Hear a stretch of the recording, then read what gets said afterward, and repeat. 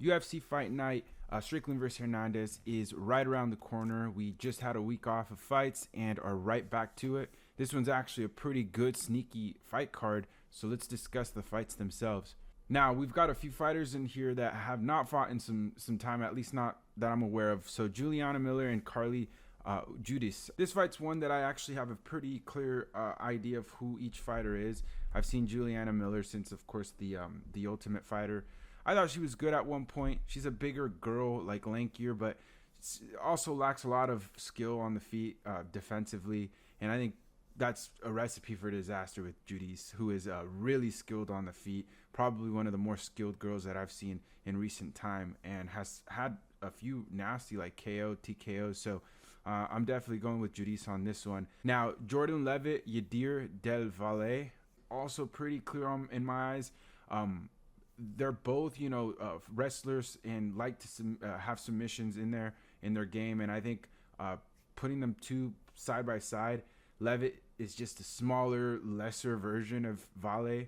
Valle can mix it up better, has more size on him, and just a little nastier with the submission. He actually goes for those finishes, I think, more than what you see with Leavitt. Leavitt, again, has some good wrestling, but just not something I see being a real problem for Yadier. So I'm going Yadier, and I'll probably go with a second round submission. For Judice, I can actually see like a TKO finish, second round. Phil Rowe and Jean-Paul Lebosnoyani, probably said that wrong. Phil Rowe, I've been seeing, of course, because he's been around for a while, but he's inconsistent. He's got some skill on the feet. You can't take that away from him. To stick around for as long as he has, it's that you have to have some skill. But Jean-Paul just came off a nasty finish. It's been a while. He's finally making his debut. He got in through the Dana White Contender Series, and it was a nasty finish on there. And I just think that Phil Rowe, is a good test, but I think Jean-Paul will definitely pass that test, and I could see a second round KO as well. Actually, I might even lean first round KO. Just comes in explosive from the start. So Ramiz, Brahimaj, and Punahele Soriano. This one here is a banger of a fight. They're both coming off 3-fight win streaks, and I've seen them both as well throughout the years. Brahimaj, I became a fan in recent years. He's someone that just digs deep for those wins sometimes. Even if, he's getting caught on the feet, he has something about his game where he doesn't give up. And I think with the ability to mix it up on the feet, as well as get a submission win if he needs, if it goes down to the ground. Punahele Soriano, he is a bigger dude, and I think I would favor him with being able to control in the wrestling. So this one's tricky. Soriano also lacks the gas tank, where I think Brahimaj could take advantage of that. So it's hard to say. I like both of them, but I'm going to go with Brahimaj just because of those moments that I've seen him like dig deep. I think a decision win. I'm going to go Brahimaj decision win, but it should be a really good fight, high skill fight. Joselyne Edwards, Nora Cornolle. I've seen both their fights, and Cornolle, she's good, but I just don't see the finishing potential on Edwards. Edwards has been able to do that recently, and I think she's kind of put it all together. She's got good skill on the feet. She came off a nasty KO where she knocked out Coria, the Brazilian girl. The abilities that Edwards has, I trust her more, and she's just more proven in the UFC. So we're going with Joselyne Edwards. Alden Coria versus Luis Gurule. So I had to go back to kind of look back on Coria because I don't remember him, but then I remembered his fight because he did fight, I believe it was at the Sphere, and he came in on his debut, against Costa. Yep, and it was an absolute banger of a fight. He came out of nowhere, and it's just so slick, smooth, really good on the feet, man. Where he might lack a little bit of punching power, he's just gonna eat you up with the combos, man. And Luis Gurule, on the other hand, he hasn't really done much in the UFC. I think he's on a skid. He is a nasty fighter, especially in the clinch where he throws some nasty elbows. I just think Coria is too good, especially if he comes out the same way he did in that first fight he had in the UFC. Look back on that fight and let me know what you think, because I thought he looked insane and really good. So I'm going Alden Coria over Luis Gurule, and I do see a KO finish. Just Luis Gurule can have that nastiness to him, but he can get caught, and he's been finished. So I'm going Alden Coria, round 1 KO. Ige Osbourne and Alibi Idiris. So Alibi Idiris, he's the Ultimate Fighter finalist. He did lose to Morales, I think is his name. He is good. I think people were kind of yelling fraud because he was undefeated, I believe, before the loss. Let me just make sure. Yeah, he was undefeated. He looked good, though, throughout the Ultimate Fighter. He's fast on the feet. That's with every flyweight, but he's really fast on the feet. And he's not someone that is wrestle heavy or only on the feet. He mixes it up well. And Ige Osbourne, although he's a vet, although he's, had big KOs in the UFC, I think Idiris is going to come prepared, and I do see a finish, or at least a decision win, I should say, on Idiris' side, just because he can mix it up much better, I think. Chidi Njokuani, my goodness, I can't say these names. Carlos Leal. Chidi Njokuani, I'm going to go with, just because he's nasty. He's another nasty clinch fighter. Carlos Leal has had I think he's actually been 1-1, or he's lost one, won one, lost one. Not the best record yet. Yeah, 22-7, and he won against Morono, but then lost his other 2 fights. And what I found with him is that he throws a lot of heat. He can't get a nasty KO. He's powerful, but he leaves himself open. And with an Njokuani, someone like him that's a vet and has had big wins in the UFC, he's lost a few, but only to like really tough competition. So I'm going with Chidi, probably getting a second round TKO or KO. Yeah, I just think Carlos Leal has he came in hot. He had a good fight versus Morono, but when you come into the UFC, man, you can't only be throwing heat. You have to be defensively responsible, and Chidi is someone I don't think you want to really get too nasty with, because he's also able to bring back the nasty. But anyways, now we're on the main card. Michel Pereira, Zach Reese. So Michel Pereira, there was a time where I thought he would actually be a top level middleweight fighter. He did get to the point of being ranked, but just never took enough risk for my liking. He was okay with kind of running around the cage, throwing some flashy backflips into a strike in the mount position. It was just some of these things that were cool and flashy, but the opponents never really looked to be in danger. So I think Zach Reese, although I don't think he's like the best fighter in the world, I still think he has enough skills to where he'll take out a Pereira, and he actually does risk it more. And I'm going to go with a late second round finish. Another thing about Pereira is his gas tank is questionable. So yeah, Zach Reese will take it, I think. Jacobe Smith versus Josiah Harrell. So this one's a good one, man. They're both undefeated, 11-0.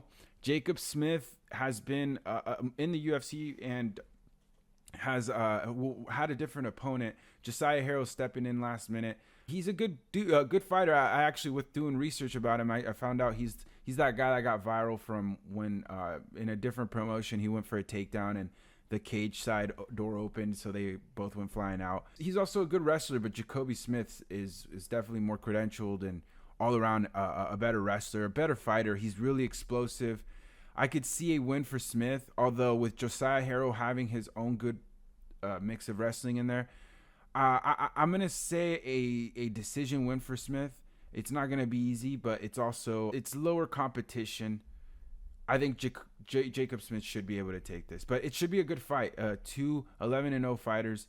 Let's see. We'll see what happens there. And now on to Delija and Sergey Spivak. So this one's an interesting one because I've never really been a big fan of Spivak. I don't think he has it in him entirely. He like when it gets tough, and he can, do the Anthony Smith, cover up. So I think with Spivak, if he can implement his wrestling, he's a big dude, right?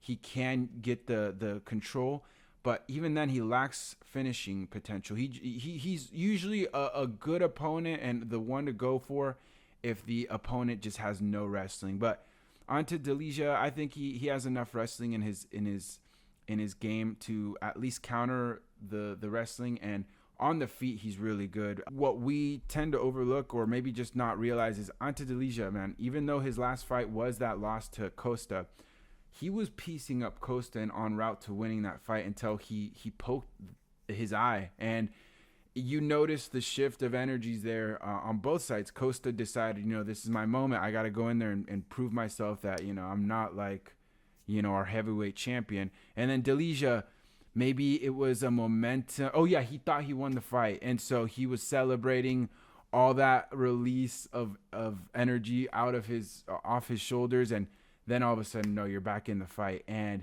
you just saw it, man. I felt pretty bad because it's like it wasn't an intentional eye poke. But at the end of the day, it was an eye poke. So Delija did end up losing that fight in the end. But he was doing good, I thought. So I'm going to go with Delija getting that win over Sergey Spivak. Spivak, I've never seen anything in him to be really excited about. Dan Ige fight versus Melquizael Costa. Man, this one's also pretty good. Like I said, man, this card is actually stacked with some decent fights. This one's a good one, man, because Costa's finally getting a shot at, a ranked opponent. He's on a streak, man. He's not lost anything in the UFC from any fighter that I thought was questionable. He did lose, I think, a couple fights, but that was earlier on in his career. He lost to Steve Garcia, who's a great fighter himself, on a crazy streak himself. And then on his debut, he lost to Moises, submission round 2. So, that's not a horrible loss, especially as a UFC debut. But other than that, man, he's been on a tear, and he's coming off this crazy KO win over Yadier. So I don't know, man. Dan Ige is also someone that's proven to always be a tough matchup for anyone. But I do think Costa has it in him, and I think he's actually the dark horse of this division in featherweight. He has the techniques. He's brought it together, kind of like I said about Edwards earlier. I think Costa has the game to mix it up all around, and he's brought it together to now starting to get finishes. He does get some decisions in there, and that's where I think this fight's headed towards. It's a decision win for Costa, but it's going to be a good one. I think Dan Ige is always a good test, and I'll lean Costa to win that fight. Geoff Neal and Uros Medic. So this one's also fun. Medic is kind of crazy on the feet. He gets nasty up and kind of just throws a lot of crazy strikes. Now, that's where I think he kind of can be in danger with Neal. Neal is one of the harder hitters in welterweight. Medic being crazy on the feet, having openings there, and sometimes not being super defensive. I see Geoff Neal getting that win. I think a second round like KO, something with an elbow.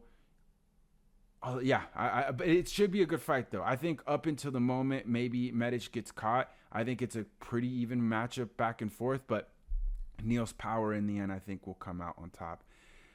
Finally, Sean Strickland, Anthony Hernandez. Man, this one was so hard. I've been thinking on it, and I really still don't know how I feel because, like, Anthony Hernandez is coming off a nasty, performance over Delitze. Is that his name? I forgot his name. Yeah, Delitze.